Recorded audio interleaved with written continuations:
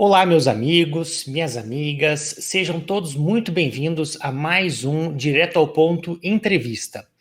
Eu sou Paulo Machado e hoje tenho o grande prazer de receber aqui uma pessoa que não só eu admiro muito a sua inteligência, os livros, tem um coração enorme, mas é também um caro amigo. Mas antes de eu apresentar o nosso convidado de hoje, eu gostaria de pedir desde já para que você curta esse vídeo, compartilhe, se inscreva em nosso canal, para que a gente possa fazer com que essa mensagem chegue a mais pessoas. Dito isso, eu quero dar aqui as boas-vindas ao meu caríssimo Henrique Lima. Seja muito bem-vindo, Henrique. Olá, Paulo. Olá a todos que nos assistem, que nos ouvem. Obrigado pela oportunidade. Que a gente tenha um bate-papo muito agradável, Paulo. Com certeza. Pessoal, o Henrique, hoje o nosso tema vai ser prosperidade, um tema muito interessante para a gente abordar do ponto de vista espiritual. E o Henrique, ele é advogado, empresário, tem vários livros que a gente vai conhecer melhor ao longo dessa entrevista, mas eu queria, Henrique, começar o nosso bate-papo com uma certa provocação no bom sentido, que é a seguinte: eu vou trazer aqui um trecho do Evangelho de São Mateus, que eu separei aqui para nossa discussão. Tem um momento que um discípulo, um homem, aproxima-se de Jesus e pergunta assim: bom mestre, que devo fazer para adquirir a vida eterna? E responde Jesus: por que me chamas de bom? Bom, só Deus o é. Se queres entrar na vida, guarda os mandamentos. Que mandamentos? Retrucou o mancebo. Disse Jesus: não matarás, não cometerás adultério, não furtarás, não darás falso testemunho, honra teu pai e tua mãe e ama teu próximo como a ti mesmo. E o moço continua e lhe replica: tenho guardado todos esses mandamentos desde que cheguei à mocidade. Que é o que ainda me falta? E Jesus responde: se queres ser perfeito, vai, vende tudo o que tens, dá aos pobres e terás o tesouro no céu. Depois vem e segue-me. Ouvindo essas palavras, o moço se foi todo tristonho, porque possuía grandes haveres. Jesus disse então a seus discípulos, e aqui está a frase que eu gostaria de começar o nosso bate-papo: digo-vos em verdade que é mais difícil é mais fácil passar um camelo pelo furo de uma agulha do que um rico entrar no reino dos céus. São Mateus 19 e São Lucas 18. E São Marcos 10, ele pega aqui alguns trechos. Esse aqui eu estou tirando do Evangelho segundo o Espiritismo. Mas essa frase, Henrique, que é tão conhecida no meio cristão, que é mais fácil um camelo passar pelo buraco de uma agulha do que um rico entrar no reino dos céus. Eu vou passar aqui o que fala o Evangelho segundo o Espiritismo e depois eu gostaria de te ouvir. Tem uma nota de rodapé no Evangelho segundo o Espiritismo diante dessa frase que diz o seguinte: essa arrojada figura pode parecer um pouco forçada, pois que não se percebe que relação possa existir entre um camelo e uma agulha. Acontece, no entanto, que, em hebreu, a mesma palavra serve para designar um camelo e um cabo. Na tradução, deram-lhe o primeiro desses significados, mas é provável que Jesus a tenha empregado com outra significação. É, pelo menos, mais natural. O que você acha dessa justificativa e qual que é a sua interpretação, Henrique, a respeito desse trecho tão comentado da Bíblia? Pois é, você falou que é para começar e já fomos direto no É porque eu sei que daqui vai desdobrar um monte de coisa. Aí desdobra o livro. Esse livro aqui desdobra o livro. Tá, mas olha, qual que é a interpretação assim que eu exponho no livro, né, e que eu acredito, Paulo? Primeiro, Jesus não tem, Deus, né, vamos falar Deus assim em primeiro lugar, que Jesus a gente entende como alguém que veio e trouxe, né, manifestou a vontade de Deus. Falou: olha, vocês estão interpretando errado, a maneira certa é essa, né? Foi uma pessoa que veio nos mostrar esse caminho.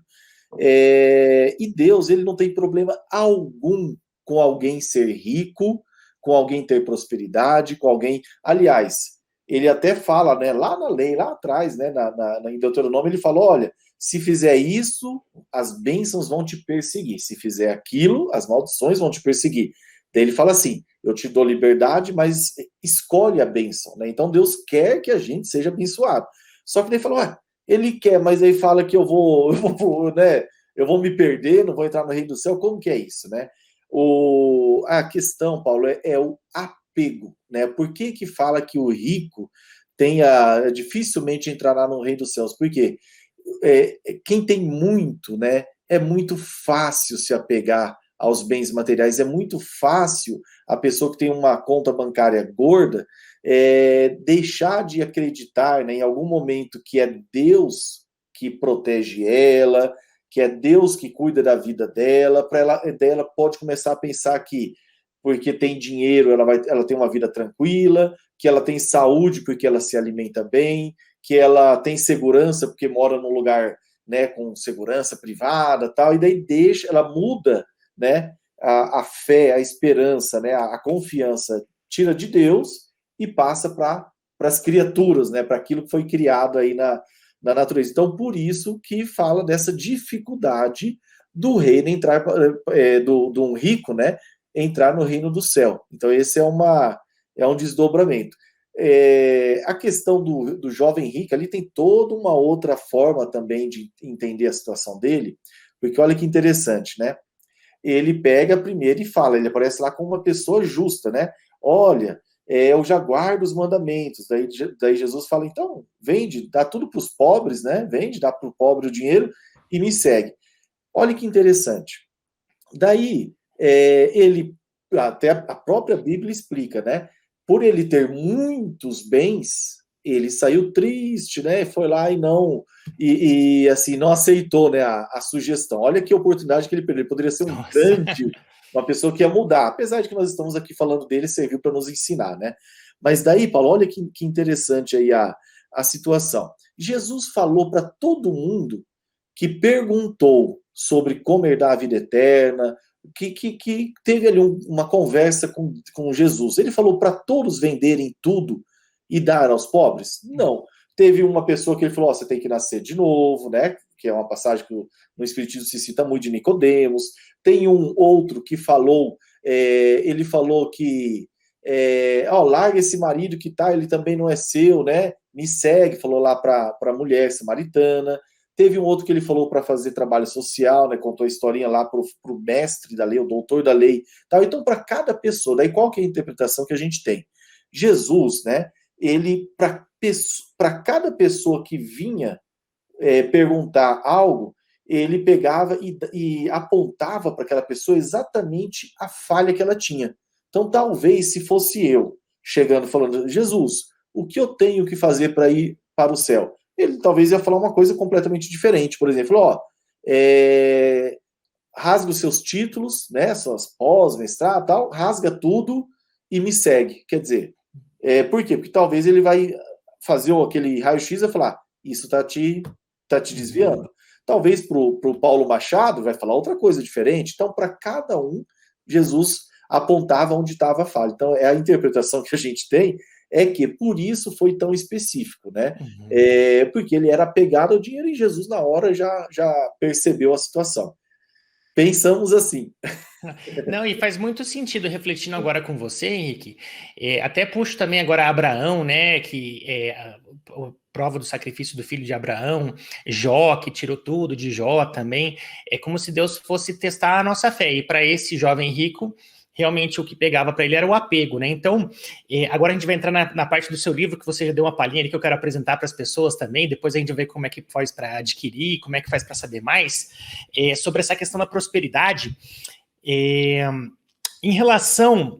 Eu vou voltar nessa frase depois do camelo e do buraco da agulha, mas eu queria que você falasse um pouco, já desse uma introdução e depois a gente conversasse mais sobre o seu livro, Tzedakah, que fala sobre prosperidade. O que é esse título, Tzedakah, e como é que surgiu a ideia de escrever esse livro?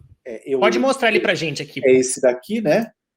Uhum. O propósito da prosperidade, que mudou, ele tinha um nome anterior, né? Mas na terceira edição eu falar agora, acertei o subtítulo, né? Foi até uma pessoa no Instagram que comprou, né? Publicou, e eu falei, pronto, ele me deu a identidade, né? Que legal. Só por curiosidade, qual que era o original? Era Justiça dos Judeus e Boas Obras dos Cristãos. Tzedakah, Justiça dos judeus, porque eu sou muito, vamos falar, didático, e daí eu já queria explicar o que é o tzedakah, né? Ah, entendi. Mas daí, quando essa pessoa que comprou leu, ele falou, foi bem interessante, ele colocou assim, ele tem bastante seguidores, é um fotógrafo e tal, daí ele colocou assim, livros que eu recomendo, que as pessoas perguntavam para ele, que recomenda? Ele falou, ó, para família, tal, para mente milionária, ele foi citando e falou, ó, para entender como se relacionar com o dinheiro, né? Quando a prosperidade vir, tzedakah. Daí eu falei, uau, é Que isso. legal.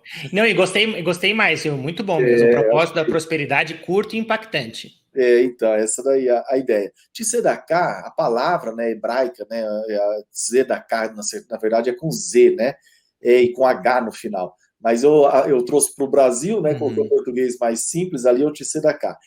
A palavra significa justiça. Olha que interessante, né?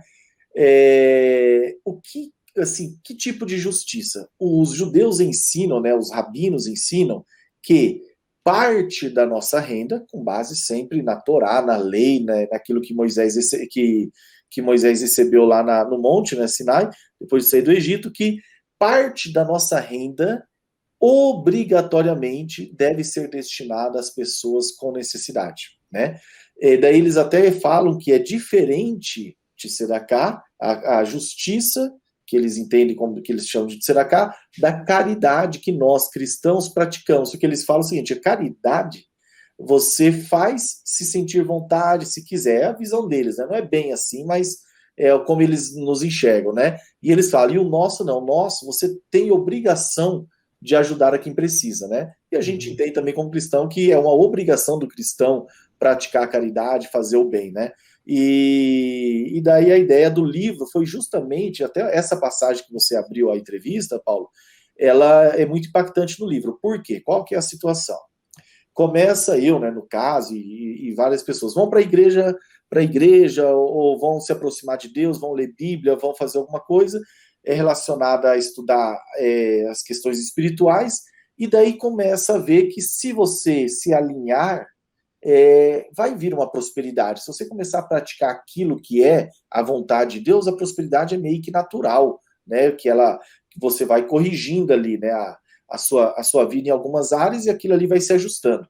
E daí o que acontece? Vem prosperidade. E daí vem se não tiver muito, vamos falar, muito bem esclarecido esse ponto, vem aquela contradição no coração, né? Fala, olha, você quer prosperar? Você vai prosperar? Mas será que você vai se perder? Será que você vai se desviar? Será que é bom? E a pessoa pode ficar, tipo assim, aquela história, né? Eu quero muito uma coisa, só que o seu interior te boicota. Fala, olha, não, você quer, mas daí quando você pensa a sua situação lá, uma vez que atingiu, você fala, puxa vida, eu posso perder minha família, eu posso perder meus amigos, eu posso me viver só para questões materiais, e daí eu falo que a tzedakah é a chave. Por quê? Quanto mais você receber, né, ainda nunca pense, até em Deuteronômio fala, né, uma passagem assim, nunca pense que o que você tem é fruto do seu trabalho, da sua própria capacidade. É Deus que te deu a capacidade. Então você fez o bem de não ter desperdiçado ela, mas sempre dê glória a Ele, né, não a você mesmo. Mas olha que interessante. Então você pratica aquilo ali, colhe os frutos, mas você tem obrigação de ajudar. Se você fizer isso, eles falam que isso é um antídoto, né, para o apego, para o egoísmo, né? E no espiritismo se pratica muito a questão da caridade, a pessoa vê ali a necessidade do próximo, isso muda a forma da pessoa ver a vida. E a ideia do livro foi abordar como praticar tzedakah, o que é, qual o fundamento para quem é cristão, né? Porque Jesus falou o tempo todo de tzedakah, ele falava o tempo todo de ajudar o próximo. Quando ele falou do samaritano, ele falou nada mais do que tzedakah, né? Da obrigação que tem de fazer isso. Que interessante. Você sabe, Henrique, que me lembrei também de uma passagem: buscai primeiro o reino de Deus e tudo mais vos será acrescentado, né? Então, se você buscar a justiça, você vai ter a prosperidade. Agora, eu queria entender de você, assim, na sua opinião, nós temos toda a base da nossa cultura ocidental é judaico-cristã, né? Então, todo o Ocidente se apoia sobre a base dos ensinamentos judaico-cristãos. Por que você acredita que há uma aversão eu não sei se é impressão minha, mas eu acho que geralmente, assim, sobretudo no meio das igrejas ou no meio religioso, uma aversão à riqueza, como se fosse uma porta de entrada à tentação, a uma coisa ruim, e daí acontece aquilo mesmo que você falou, a pessoa mesmo cria um bloqueio e não se abre para a prosperidade. Eu conheço pessoas assim que parece que, poxa, você podia dar o que fosse para ela, a pessoa não está aberta a receber dinheiro, ela acha algo sujo, acha algo pecaminoso. Por que a gente tem essa aversão e quais consequências esse tipo de mentalidade trouxe para toda a América Latina, por exemplo, ou para todos os povos que tiveram a base da igreja e que tiveram talvez essa inclinação? Olha, Paulo, assim, é um estudo, seria um estudo mais sociológico, né, mas olhando mais pelo que a gente já estudou, já leu, eu acredito que a base disso é uma visão distorcida, não tenho dúvida que é distorcida, da Igreja Católica, com todo respeito, né, principalmente do período medieval, assim, talvez assim das pessoas, né, talvez rejeitarem aquilo. Por exemplo, olha que interessante, né? Quando a pessoa fala em dar algo para os pobres, as pessoas pensam muito em esmola, pensam em Uhum. esmola. Esmola, né? Ela tem uma letra no original que chama eleumuse, né? Que é mais ou menos eleumuse. E o que quer dizer isso? Isso é traduzido praticamente como um resto, como uma sobra. E quando a gente fala em caridade, né, quando você fala em dar ao pobre, caridade, tal, se fala em tzedakah, até no original mesmo, você vai ver lá tzedakah, e que tem uma base bem diferente, que é o quê?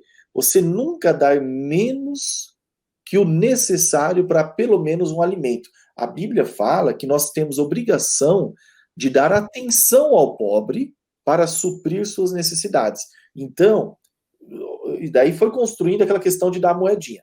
Imagina, você chega lá no semáforo, em algum lugar, sei lá, na rua, você vê uma pessoa que está realmente precisando, tal, daí você vai lá dar uma moeda de R$ 1.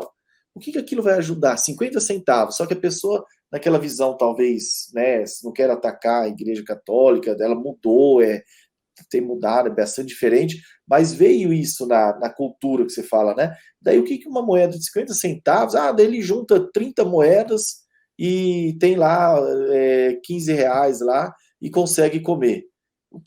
Se você desse R$ 10, o que muda na sua vida? Você vai ficar mais pobre? Não vai, sabe? Mas as pessoas acham que aquilo é o que deve dar para um pobre. E, na verdade, é o contrário. No mínimo, você tem que dar o suficiente para uma refeição, sabe? Uhum. Então, é uma visão, assim, que provavelmente veio, né? Ela veio sendo distorcida ali por alguns motivos, ou interpretação errada mesmo, né? E acabou que isso entrou na nossa cabeça. Quando fala, olha, Paulo, eu vou dizer assim, quando fala em você dar algo substancial, que eu abordo no livro, algo substancial da sua renda para caridade, as pessoas falam, você é louco, né? Não, isso é exagero, tal.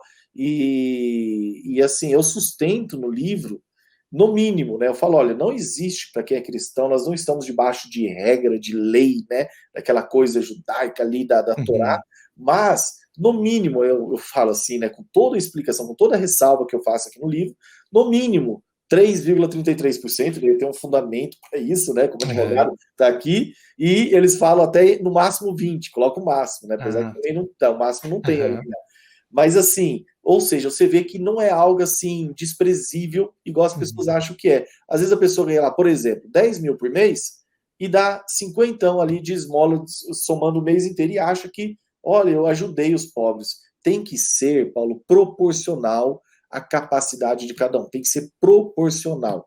E não é, e outra coisa que isso aqui é algo que eu chamo a atenção, que o fato de você dar não quer dizer que você também não precise fazer algo, Uhum. envolver o seu tempo, e o contrário vale o mesmo. O fato de você fazer algo, envolver o seu tempo, a sua atividade, a sua mão de obra, não quer dizer que você não tem obrigação de dar também.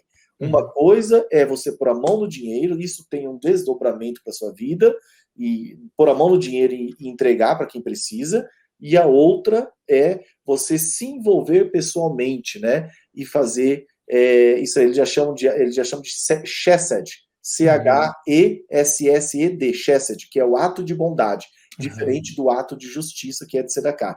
São duas Legal. coisas que têm que ser praticadas. Legal, porque uma não anula a outra, né? E você me fez lembrar também da passagem do óbolo da viúva, né? Porque todos aqueles deram aquilo que lhes sobrava e a viúva deu, assim, aquilo que doeu na carne dela ali, mas que apesar de ser só um óbolo, né? Proporcionalmente, ela deu muito mais que os outros.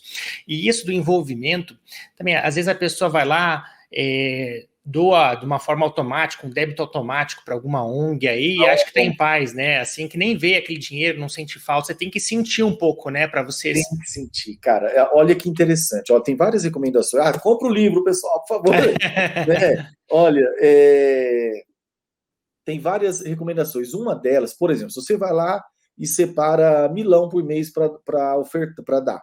Você tem a opção, né, de ir lá entregar para um asilo, para um centro espírita que vai entregar um sopão, vai fazer alguma coisa, tal, de uma vez. Ok, tá bom. Mas o ensinamento hebraico, né, da Tzedakah é que ele tem um efeito, porque assim, Deus vai suprir aquelas pessoas de uma outra maneira se não for com você. Então, em primeiro lugar, além de você estar suprindo também, não vai falar, então se Deus vai fazer, né, você tem a sua obrigação. Ele vai tocar o coração de outro para ir lá e Uhum, você deixa de ser abençoado, né? uhum, Então, olha que interessante aqui que eles falam, né? Quando você dá, você é beneficiado, porque cada ato de entrega é um momento que você está dizendo, dinheiro, eu te controlo. Eu sou generoso, né? Então, uhum. a recomendação, eu separei milão, né? Então, em vez de entregar de uma vez, separa lá 10 notas de 100 não, que às vezes, né? Mas separa em notas menores e tenta todo dia praticar. Não põe no débito automático, porque você tem que todo mês, assim, ter aquela liberdade de, claro que você poderia cancelar o débito, mas você tem que sentir aquilo saindo, você tem Uhum. que renovar o seu compromisso, a sua aliança, e isso vai te transformando, vai te fazendo bem, né? Isso é Aham. muito importante. É um dos efeitos da prática da Tzedakah. Ah, que legal. Trazer para um ato consciente, né? Não deixar. Uma vez eu lembro que eu vi que a conta de luz estava saindo muito cara aqui em casa. Eu falei, nossa, mas por que será que tá tão cara? E daí eu fui checar assim, eu vi que tinha R$ 100, que era para o Pequeno Príncipe ou para o Erasto Gettner, que tava lá, então tava R$ 100 a mais, né? Por isso que o valor total, mas eu nem lembrava daquilo, eu nem lembrava que aquilo ali, que eu tava doando aquilo, então daí não há aquele envolvimento, né?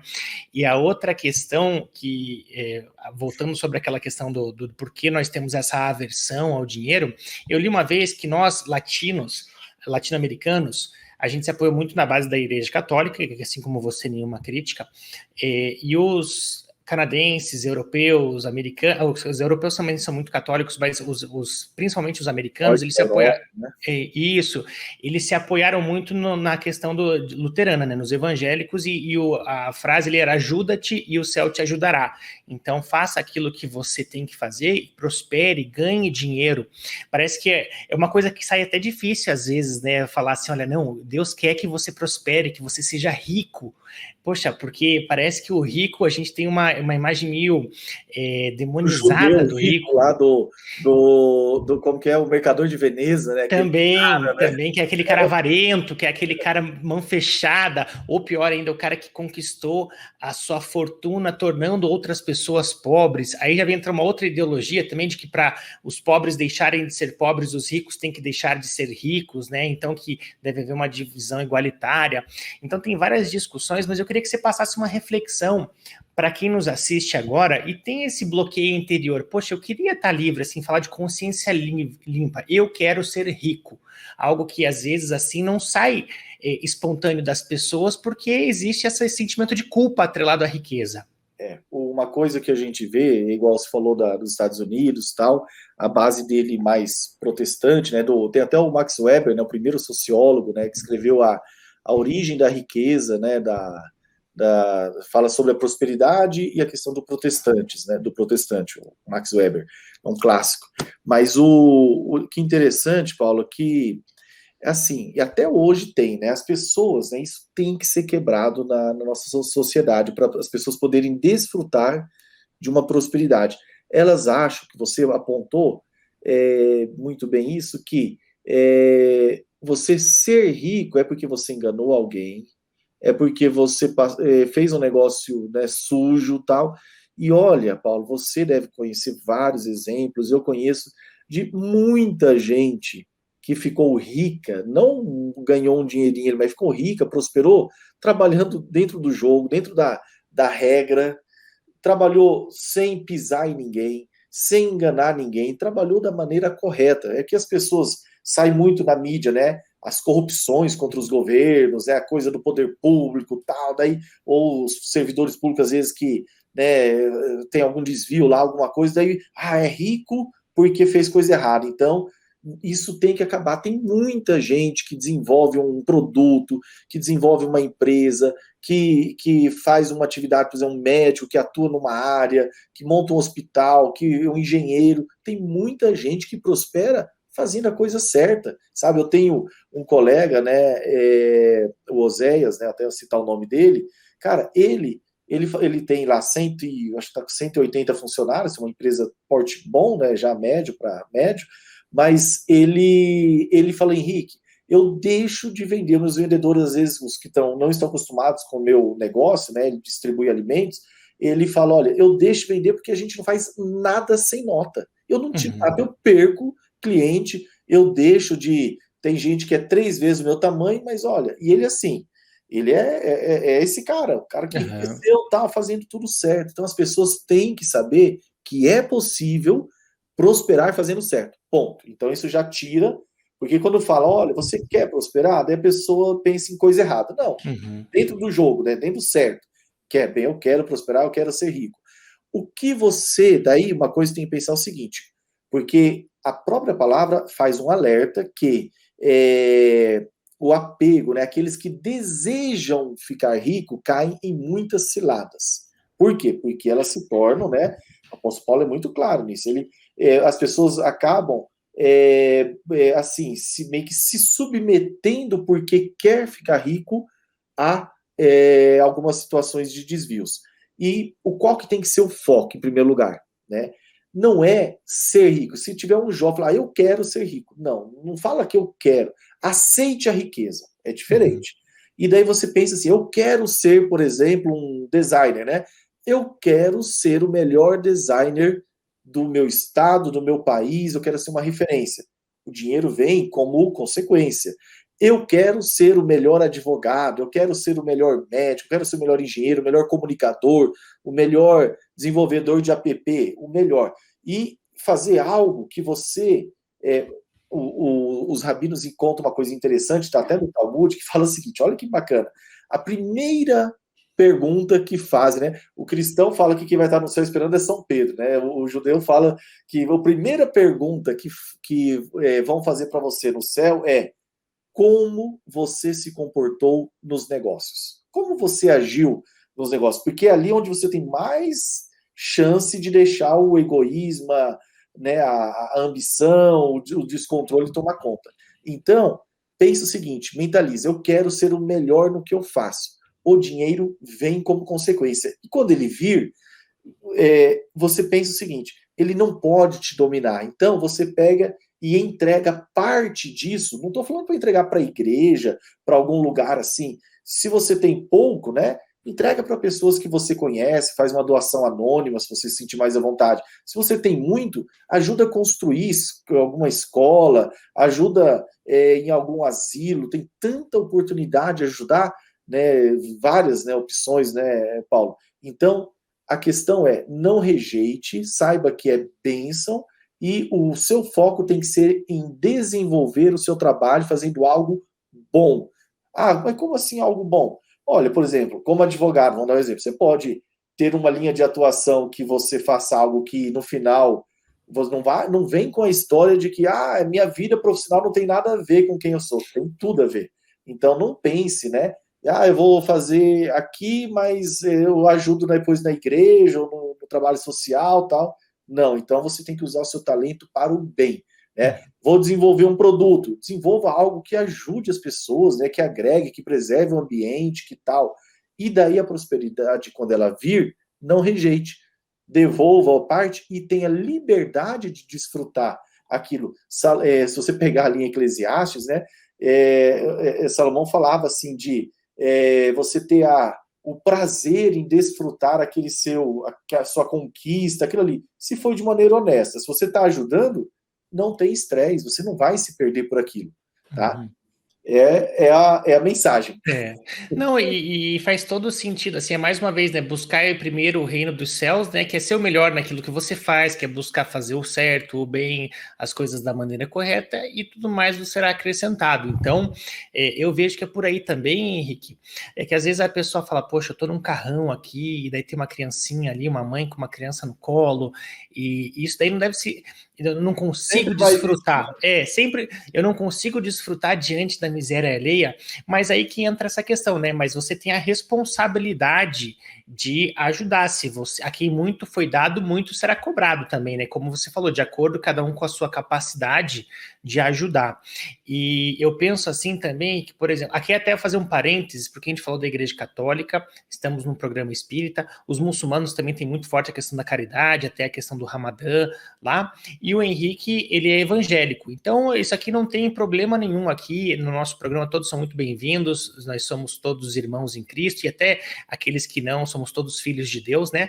Então, é legal a gente ter esse tipo de diálogo interreligioso, porque a gente busca sempre o bem, busca assim, chegar mais perto de Cristo, aplicar o evangelho no dia a dia e tudo mais.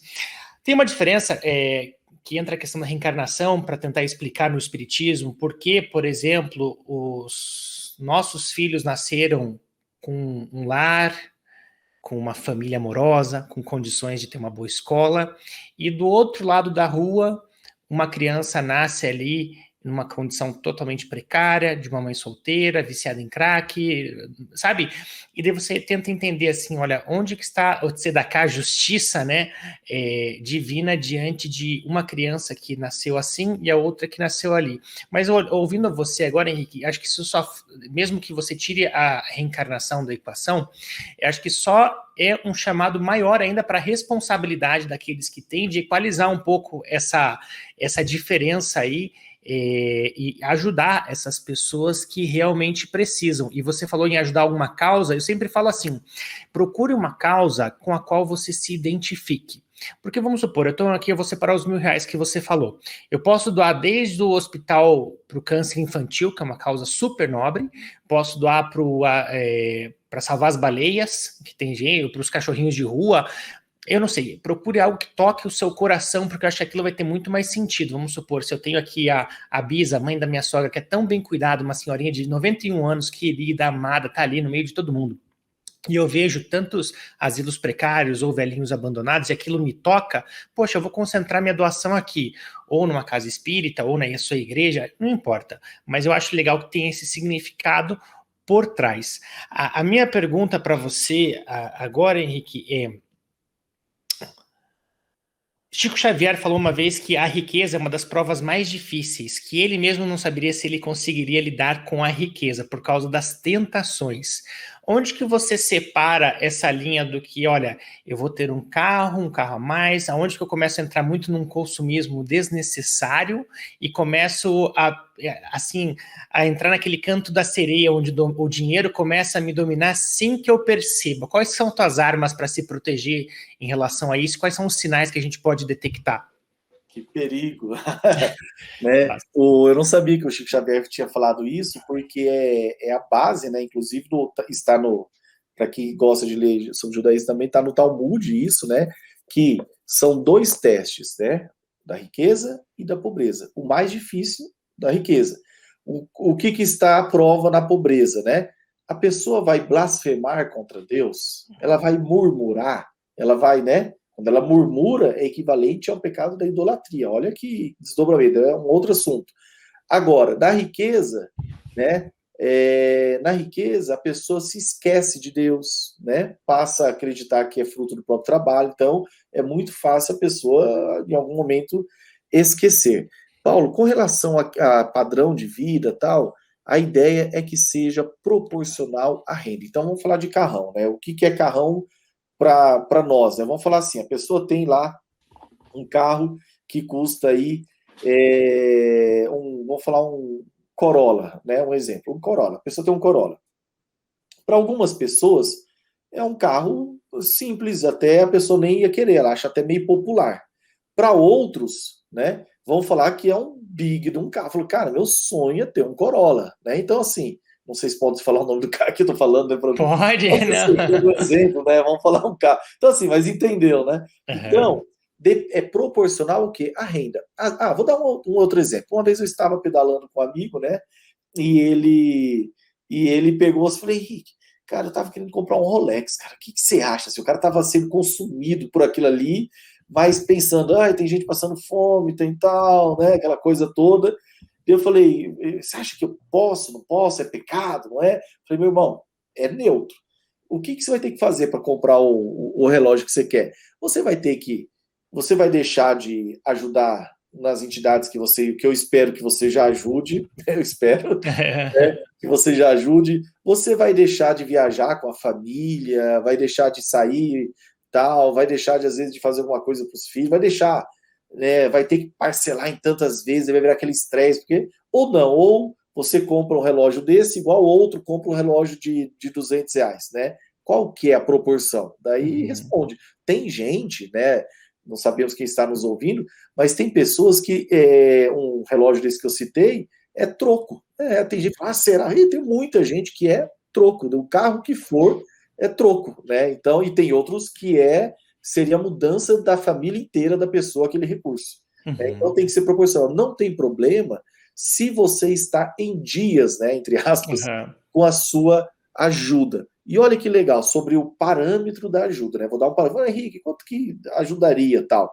Eu cito, né? Eu escrevo um capítulo inteiro sobre o quanto que esse é um nó que tem aí na situação. E o que eu mais gostei, Paulo, foi o que o C.S. Lewis, que é um autor que eu gosto e muitas pessoas citam ele também gostam, ele fala assim, ó, eu creio que para quem é cristão, né, não tem como estabelecer mínimo e máximo. Ele fala o seguinte, o parâmetro que eu entendo que é razoável é dar algo que custe. Daí ele fala assim, que é o bíblico, né, da viúva lá. Daí ele fala assim, analisa outras pessoas que têm o mesmo padrão de renda que você. Qual é o estilo de vida delas? Você mantém o mesmo estilo que elas ou você tem coisas que você não pode fazer porque você dedica parte da sua renda para caridade? Ou seja, você ganha lá 10 mil por mês, né? Um exemplo, tal. 10, e você vive igualzinho os outros, então provavelmente você está dando pouco para caridade. Uhum. Igualzinho os outros que não são cristãos, que não ajudam ninguém. Ah, não, olha, eu não consigo fazer aquela viagem tal, porque filhinhos, crianças, família, papai está ajudando aqui, lá comprando roupa, ajudando tal, e a gente vai ter que ter um carro mais simples ou uma viagem mais simples porque a gente está dedicando. Então ele fala que tem que ser algo que pese. Eu usei isso, falei, olha, pronto, é o Uhum. lacrou, né? É aquilo ali. Que se sinta um pouco o peso, né?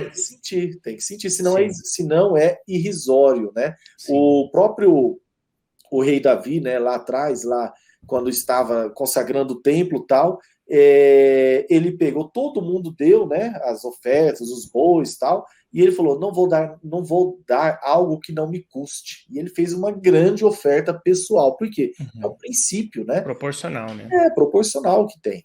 Então, Sim. assim, com relação à pergunta, qual a linha, né, que a pessoa cai no canto da sereia, Paulo? Isso daí, assim, a pessoa acha que ela tem que estar de vez em quando buscando, né, fazer uma reflexão sobre como está, para que lado que ela está indo, como que está a doação, se está em dia, ela está ajudando, é proporcional à renda, tal. E o restante ela tem liberdade para Uhum. viver, né? Ela tem essa liberdade. Eu acho legal essa palavra que você usou, que é razoável, né? E até que os judeus também têm o máximo de 20%, porque também eu fico pensando, senão a pessoa não faz nada, né? Ou ele vai falar, esse Rolex, quantas refeições eu poderia alimentar as crianças que estão passando fome? Daí ele fala, meu terno, daqui a pouco não tem limite, né? Você acaba não podendo usufruir com tranquilidade, que nem você falou, com paz de espírito, de uma riqueza que você conquistou honestamente.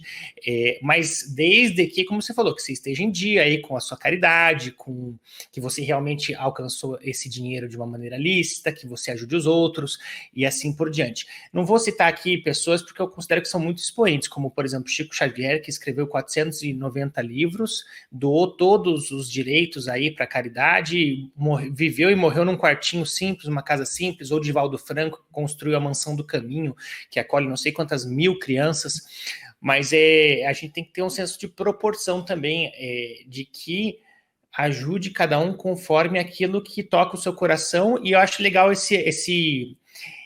essa métrica que você deu, assim, olha, ajude um tanto que te pese um pouco, que você sinta, nem uma coisa que você não perceba, mas nem também um fardo que você deixe de pagar uma boa escola para o seu filho, porque você está ajudando uma ONG.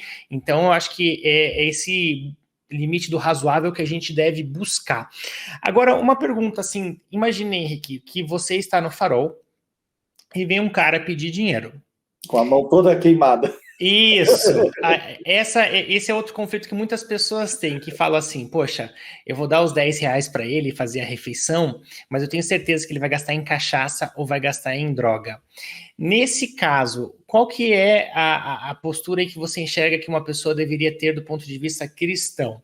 Olha, eu vou dar o dinheiro porque é o que me compete, é a caridade. Se ele vai pegar esse dinheiro e fazer um mau uso, aí já não é comigo. Eu prefiro fazer isso do que eu não dar o dinheiro e essa pessoa realmente ia comer alguma coisa aqui naquele momento. Como é que você vê isso daí? Porque tem muitas pessoas que não doam. Eu vou doar isso aqui, o cara vai pedir de novo, ou o cara que bate todo dia na casa, assim, olha, pedindo dinheiro. Como é que você lida com essas situações do dia a dia aí? Olha, eu não é porque eu escrevi que eu tenho, né, a perfeição ali, mas e desde que eu escrevi isso aqui, dei algumas, né, palestras sobre o tema, essa é a pergunta que as pessoas fazem. Então, em primeiro lugar, a minha recomendação, e eu tento praticar, eu ajudo sempre, tá? Por quê? Às vezes eu até fico mal quando eu saio e daí eu vejo que eu não tenho dinheiro, assim, sabe? Ali que eu consigo, eu fico morrendo de vergonha comigo mesmo, ele tá no carro e a pessoa precisando e tal. Mas, daí, igual, essa semana mesmo eu tava ali no centro, ali, né, saindo ali na região do Batel, e tava com o cara todo assim, você via que ele usa droga, né? E aí?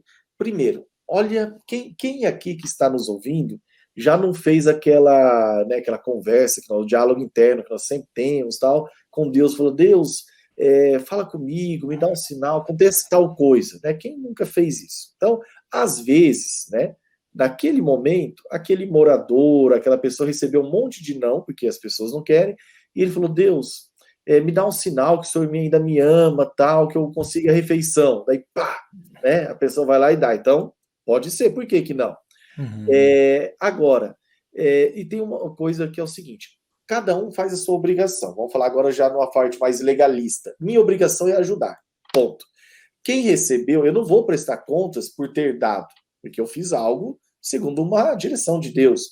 Agora, se eu não ajudar, daí eu já me coloco em condição assim de ser em situação de, olha, será que ele fez bem de não ajudar? Uhum. Não ajudando, você nunca vai ser julgado por isso. Agora, quem recebeu, daí a pessoa vai prestar contas, né? Assim, claro que tudo numa métrica perfeita lá, mas do que ela fez com aquele dinheiro. Eu sei que vai ter gente que vai tacar pedra, dar dislike aí, porque, poxa, do semáforo, incentiva tal. Mas, cara, é um ser humano, assim, ele já está lá porque ele merece. Por exemplo, você falou da pessoa que bate na casa, né? Eu morava numa outra cidade, em casa que era de rua, assim, que as pessoas iam lá e pediam. E daí uma vez eu arrumei um filho, eu falo, né, o Maurício, né, que ele ia lá e eu acho que daí ele gostou porque ele sempre dava pelo menos 10. E assim, o pessoal dá miséria, joga água na pessoa e tal.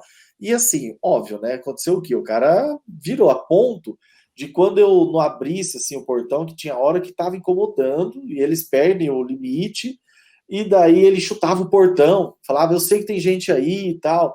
E no começo ainda fiz uma coisa até errada, né? Não faça isso. Eu tinha falado para funcionária, olha, abre lá e dá uma comida, só que tem que abrir o portão. Isso é um perigo, né? Mas depois eu falei, não, isso não, né? A segurança primeiro, né? Mas assim, ou seja, né? Ele ia lá insistentemente. Olha que interessante. E daí eu lembro que eu ficava, né? Eu ficava pensando aquilo ali.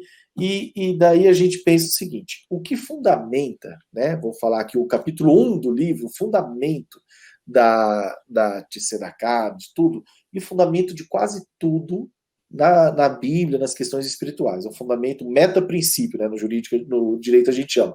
É o princípio eles chamam de Midah Keneged Midah, princípio da reciprocidade, que os espíritos chamam de lei do retorno, né? Uhum. Acredito que é esse o nome, né? Então, a maneira como você age com o próximo, né? Aquilo volta para você. Só que, assim, não sei se é exatamente essa visão que se tem, mas na visão, vamos falar, judaica cristã que eu sigo, né? Que eu sigo, da maneira como você age com o próximo, o céu age com você.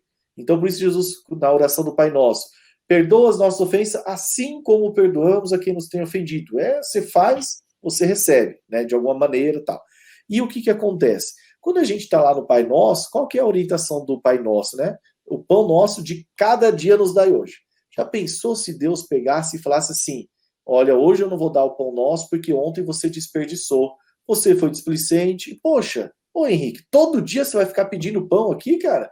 Vai pedir para outro lugar. Quer dizer, a gente quer todo dia pedir e quer todo dia receber. Uhum. Né? A gente quer todo dia ter saúde. Então, a gente tem, assim, não pode se enfesar por conta daquilo ali. Mas, assim, daí, né,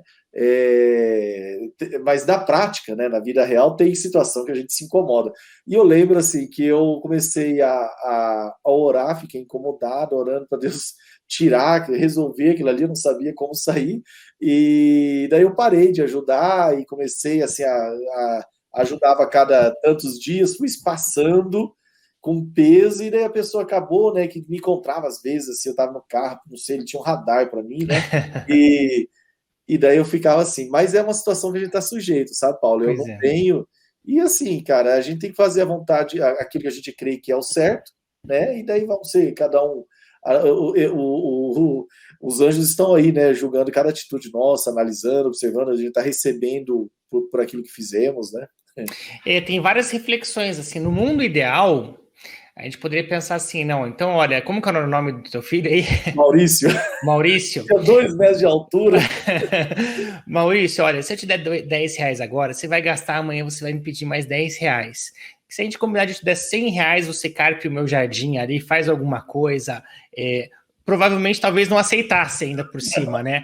E aí entra daí, olha, poxa, a responsabilidade já não está mais comigo. Eu ofereci uma oportunidade onde ele tinha condições de trabalhar para receber aquele dinheiro. Ele que não aceitou. Outro sentimento assim também, poxa, se o cara vai fumar crack, aí tem duas visões. Uma é, não vou dar dinheiro para esse cara, mas esse dinheiro que eu não dei para ele, aquela mulher que está com a criança no colo vendendo uma balinha ali, eu vou comprar todas as balinhas dela. Mas ao mesmo tempo, quem é você para julgar o cara que está pedindo crack? Você não sabe a história dele, ainda mais esses que falam ele merece estar lá. A gente é ensinado, nós cristãos, a não julgarmos para não sermos julgados, né? Como você mesmo falou, olha, agir com as pessoas como você quer. A lente que nós vamos, que o céu vai usar com a gente que faz com o semelhante. Exatamente. Se a gente for muito criterioso, quando a gente orar pedindo algo, vai ser muito criterioso se a gente merece ou não, se a gente vai desperdiçar ou não.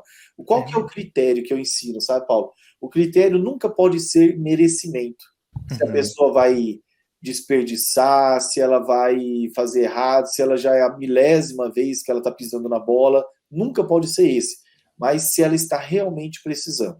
Então, assim, você tem certeza que é para comprar comida, né? Ou tem certeza, assim, mas não seja também muito rigoroso em ter certeza, né? Que senão é o mesmo critério para você. Mas você é para comprar, né? O que é, né? Então, é certeza que é para droga? Vamos falar o lado contrário, né? É certeza que é para droga? Então, ok, não ajuda, né? Agora daí vem aquela pessoa, né, que trabalha com morador de rua, né? E dela fala assim, olha, Henrique, às vezes o cara falou da cachaça, né? Ok, a gente não quer que ele seja um alcoólatra, mas às vezes ele tá lá no frio e ele sabe que com R$5 ele compra não sei o que lá para beber, que ele vai sobreviver aquela noite, que ele vai aquecer, e às vezes um esfirra lá não vai fazer diferença nenhuma. Não estou falando que é o certo. Sim, claro. Mas assim, é não julgar, né? É complicado. Até porque também, você pensa, o cara vive num inferno tão inimaginável pra gente, que o único momento dele é o golinho da cachaça, é aquele momento ali que ele tem um certo alívio de uma dor, que ele vive 24 horas. Então, é não julgar, mas é complicado mesmo essa questão. E outro ponto que eu queria entrar em relação a isso... Só um pouquinho. Pode falar. Uhum. Então, assim, por exemplo, tem gente que tem muito essa questão com morador de rua, que sente muito. Olha, existem várias casas, até eu conheci uma esses dias ali no centro aqui de Curitiba, várias casas que são assim, casas de passagem para morador de rua. Tem as do poder público, mas nunca é suficiente, e tem umas, né, que o cara vai lá de dia para tomar um banho, tem até, nós vamos ver um outro de uma máquina, ajudar a buscar, que teve uma oferta lá de uma máquina de lavar industrial, e a pessoa vai, lava ali a roupa dela, tal, passa o dia e depois à noite ela sai, porque não tem lugar para dormir. Então, é uma forma, né? Você pode pegar e estipular, falar, olha, eu vou ajudar tantas casas dessas por mês. E assim, não é que é para aliviar só o seu peso, a culpa, não. É para você saber, poxa, estou fazendo algo. Daí você passa ali, por exemplo, numa região que você sempre passa e tem um morador. Às vezes tem uma casa ali que está precisando de senhão que você ajude. Poxa vida, nós vamos, né? Vai contribuir.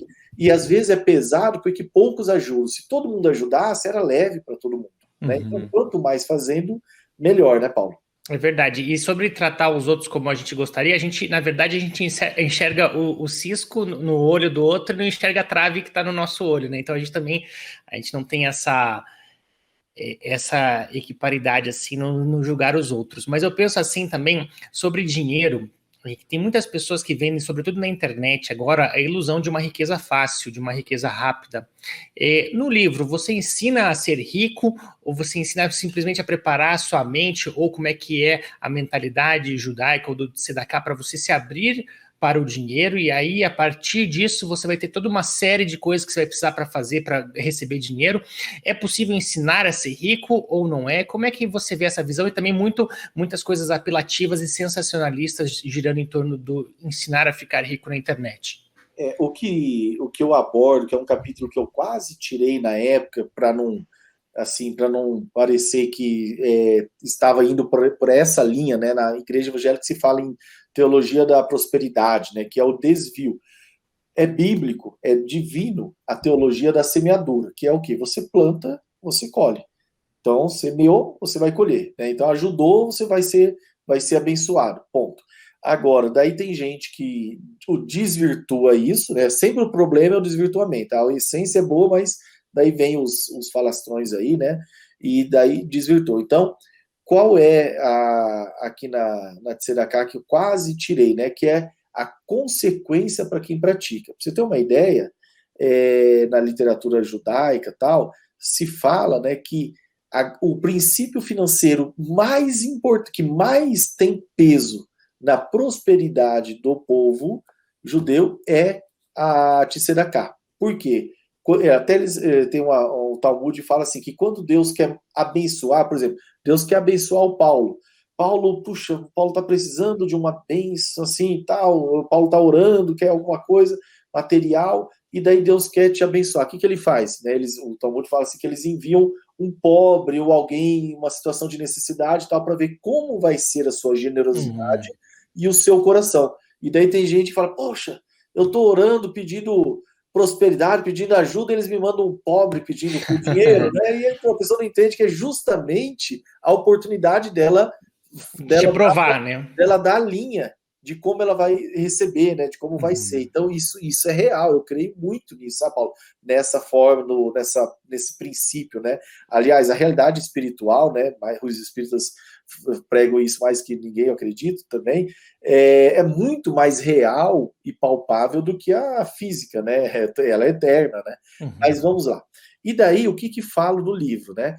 Que a Tzedakah abre a bênção, né? Abre o canal para a pessoa ser abençoada. Só que olha que interessante. Qual que é o fundamento disso, né?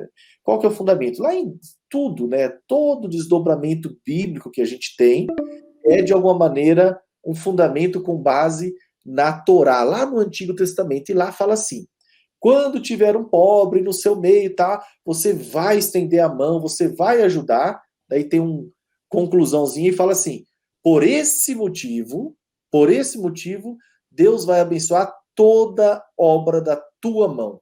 Então, assim, quando fala isso, quer dizer, não vai chegar voando, né, os quilozinhos de ouro. Você vai ter que fazer algo, se empenhar em algo, e Deus vai abençoar o que você fizer. Tem gente que não faz nada, aí fica mais complicado. Daí é abençoado com saúde também, com outras coisas. Mas você tem que empreender, tem que fazer algo para que Deus, o céu, faça também. Você faz sua parte, o céu corresponde. Ajuda-te, o céu te ajudará, né? Sabe, Henrique, tem muitos temas aqui que eu gostaria de abordar com você, mas a gente está chegando na parte final da entrevista. Um tema é, por exemplo, a parábola dos talentos, né? Onde aquele muito tem, muito será dado, e aquele que pouco tem, o pouco será tirado. É a questão de previdência, de você se preparar para o futuro também, de você ter essa questão de, apesar de que veja os pássaros, os lírios do céu que Deus acolhe, dá roupa, você não precisa se preocupar com amanhã, mas ao mesmo tempo você deve ser previdente, e vários outros assuntos interessantes que a gente poderia abordar, mas quem sabe numa próxima oportunidade aí, porque é um assunto muito rico. E eu queria usar esse finalzinho para você, assim, eu tenho certeza que muitas pessoas ficaram interessadas em abrir esse canal para você poder receber as bênçãos dos céus através do seu suor, através do suor da sua face, né, através de um trabalho honesto. Como é que as pessoas podem fazer para comprar o livro, para conhecer melhor o livro, conhecer o seu trabalho, o seu canal no YouTube, Instagram? Fica à vontade aqui para dar os canais para as pessoas poderem te encontrar. Obrigado, Paulo. Em primeiro lugar, assim, para me achar, o site principal é o www.henriquelima, com H, henriquelima.com.br, esse assim, ó, com H, né? Tá. henriquelima.com.br. Esse tem ali. Eu estou num processo de desmembrar o jurídico, que hoje está tudo misturado, né? Só que cresceu tal, o jurídico do espiritual, vamos falar.